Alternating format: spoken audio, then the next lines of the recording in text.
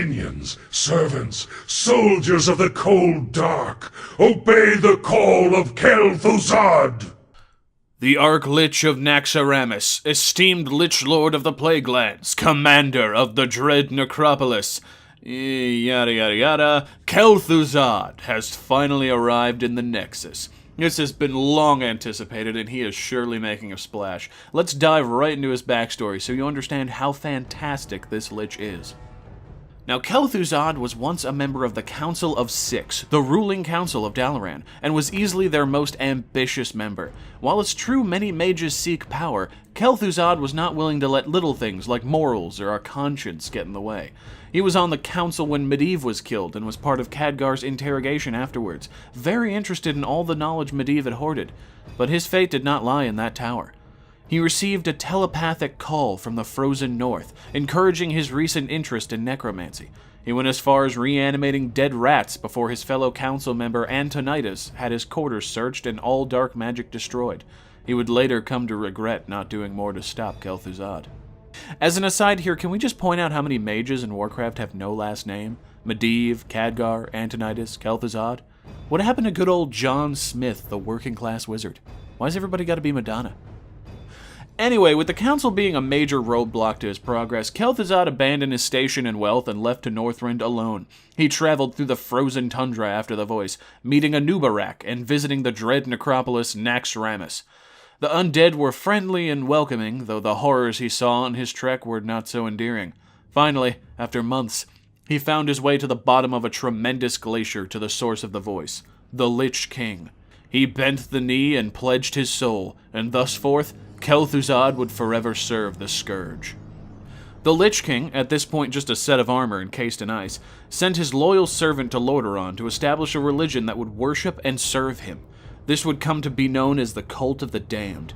The working class of Lordaeron was easily enticed by the promises of equality and immortality, as they were quite tired of working for a kingdom that spent way too much money keeping orcs alive in camps than helping them. Kelthuzad had plague cauldrons shipped in and hidden amongst the villages, slowly infecting the countryside and growing his cult for 3 years. It took those 3 years for the kingdom to notice, and they dispatched the paladin Prince Arthas Menethil to the task of taking care of the undead. Arthas found Kelthuzad in the town of Anderhall, where it was revealed that all of the grain from that town was infected and distributed to every corner of Lordaeron. No one would be safe from the plague. Arthas killed Kelthuzad on the spot, but not before a reminder that his death would mean little. And he was right. Arthas went on to chase after the Dreadlord Mal'Ganis, who commanded the Scourge for the Burning Legion, until their final battle in Northrend. The young prince had claimed the sword Frostmourne, and through it the Lich King corrupted a new champion. Now a Death Knight, Arthas returned to Lordaeron to finish the job that Kelthuzad had started. He reclaimed the necromancer's bones and marched the undead north through Quel'Thalas, and bathed his remains in the powerful Sunwell, corrupting it for years to come. Kelthuzad was reborn as the Lich we see today. Together, Kelthuzad and Arthas would march on Dalaran and lay siege to the city. Remember when I said Antonidas would regret messing with Kelthuzad? Yeah, this is where he got his comeuppance and was killed by the Scourge. He's got a statue in World of Warcraft's version of Dalaran, if you want to go take a look at that. But afterwards, Kelthuzad would round up some powerful artifacts and summon an Archimond himself to ravage what remained of the city.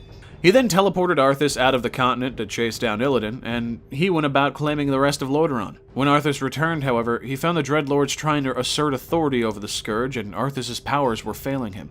Kelthuzad would send the prince to Northrend to seek the armor of the Lich King. This would be the last time Prince Arthas would be seen in Lordaeron, as after this he would merge with the armor to become the new Lich King.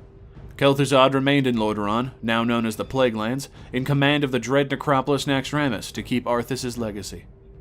While in command of Naxxramas, Kelthuzad would do battle with the remains of the human forces, the Argent Dawn and the Scarlet Crusade. The death of Alexandros Mograine and the corruption of the Ashbringer would result in the creation of a deadly force under his control, the Four Horsemen. With them, the dread necropolis would loom over the Plaguelands until the last patch of World of Warcraft, where only a small percent of guilds actually managed to take down the Lich. His phylactery, a magical artifact used by Liches to regenerate after death, was handed over to the Argent Dawn priest known as Father Inigo Montoy.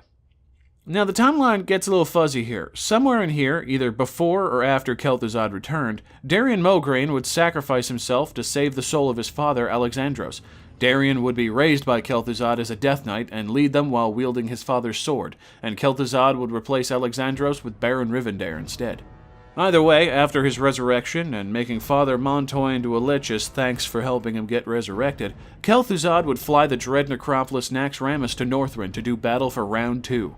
Naxxramas once again fell to the heroes of the Horde and Alliance, but his phylactery was nowhere to be found.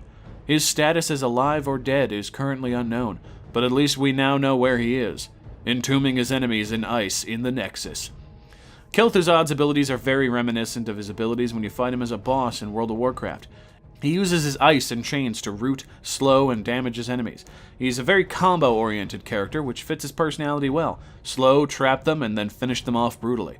High-skill players will love chaining together his abilities to wipe out the enemy team, and Kel'Thuzad would definitely approve of that approach. Also, his cat, Mr. Bigglesworth, would also approve.